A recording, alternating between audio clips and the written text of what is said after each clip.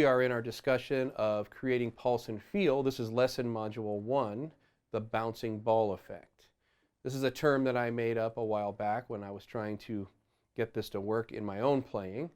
And maybe I'm older and you guys don't remember the bouncing ball singing TV things that they used to have years ago, where the words would come up on the screen and a little bouncing ball would hit the words when you were supposed to sing them along with the music.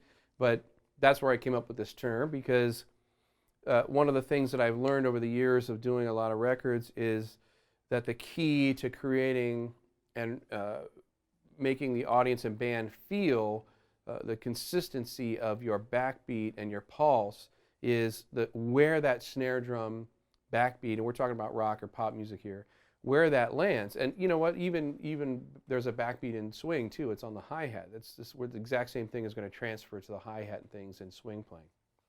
But primarily in rock and funk and R&B playing, it's the consistency of where that snare drum is landing. And that is sort of the pivot, I call it, the pivot in the groove of how the thing sort of locks down and you start to feel the pulse of it. There's two different components to doing this. The first is pretty simple. It's got to be super consistent. It cannot move.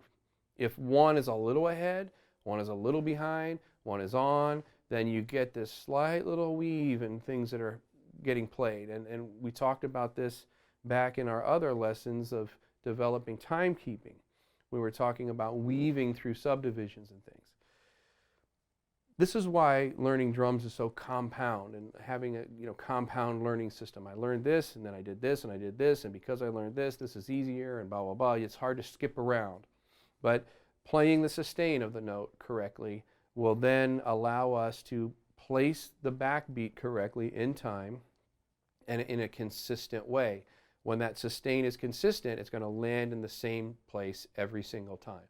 Let me give you an example. I'm going to demonstrate right now, just on a cross stick, of playing a beat, and where I'll play it consistent for a couple bars, and then I'm just going to play it a little inconsistent, a little head, a little behind, a little center, and you'll see the groove is locked, but the backbeat moves a tiny bit.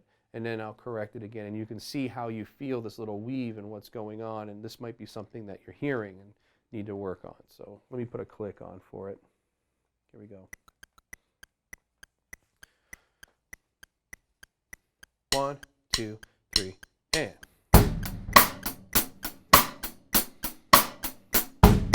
1, 2, 3, and 4. I'm hearing this backbeat. Ah, ah, ah, ah, ah.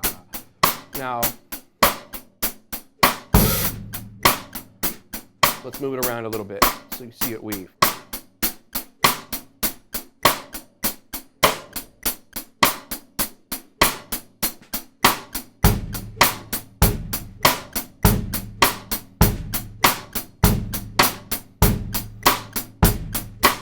Now, straighten it out.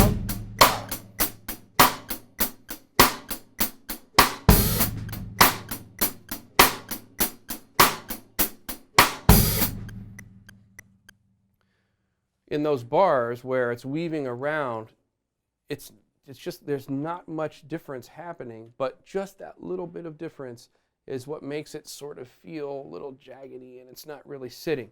When I start to correct it, there's this lope that happens, this lilt. You know, this falling feeling is what a lilt is. And we experience it a lot when we play in 3/4, because there's a big fall down to the downbeat in 3/4. But that lilt to the backbeat, you can feel it being consistent. Ga-doom-ga-doom, ba, ga-doom, ba, ba-da, boom, ba, ba-goom-ga-doom, ba-doom-ga-doom, boom, ba. You can feel how that thing just sort of lilts like that to that position.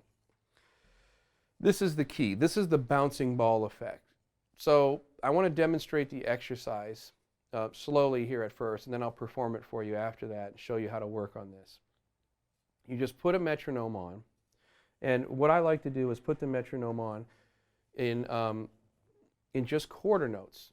Will help you in the beginning. But we're going to play it in a little bit different way. So if, let's say we're going to be practicing at maybe 110.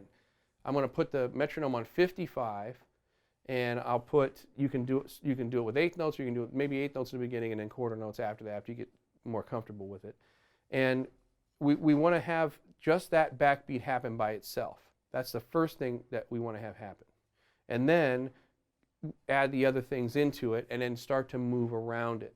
And the key is for us to listen to this bouncing ball, the doom. Bounce, ball, bouncing ball. And it's falling in the same place. And let's go here. So I'm at 55 at eighth notes. Da, ga, ga. I'm going to play it as if it's at 110 in eighth notes. 1, 2, 3, and 2, 4, and 2, 3, and 2, 4, 2,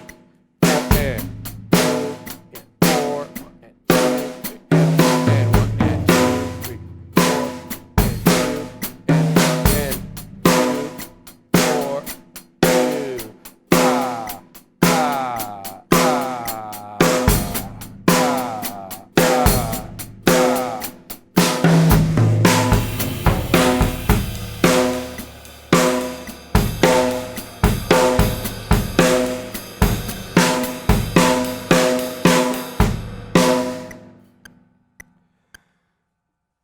What you hear there is the consistency of that backbeat and where it's landing. If I move away from it, obviously you're not always going to play 2 and 4 in every bar. If I move away from it, like I did there at the end, I come back to that exact same position. So it's almost like you heard it happening through the fill. You heard it happening through other things, and then when I come back to it right in the same spot, there's like a release. It's like, yeah, that's where it's at. He never left us. You know, it's that kind of thing. So once you get in the pocket, that's where it's at, man. You just got to lay it in the same spot because you get everybody dialed in and up inside of it like that. And the band is playing with it, and everyone's dancing to it, and all the listeners are on it. So if you play a fill, and I don't care if it's the most wicked fill that ever been played on the drums, if you miss that placement of that backbeat in that position, in that bar after that fill, that's it. It's done. You blew it. The pocket's gone. The whole band's going to feel it. Everybody's going to feel it. So that's why sometimes it's a little dangerous to leave those things. And one of the things I would always say is, leave the groove, they leave the floor. Because if you go off and you don't come back spot on, you're in trouble. And I'm not saying don't play a lot. I'm not saying don't play complicated. I love playing the instrument and doing that, but you just got to be on when you're doing it.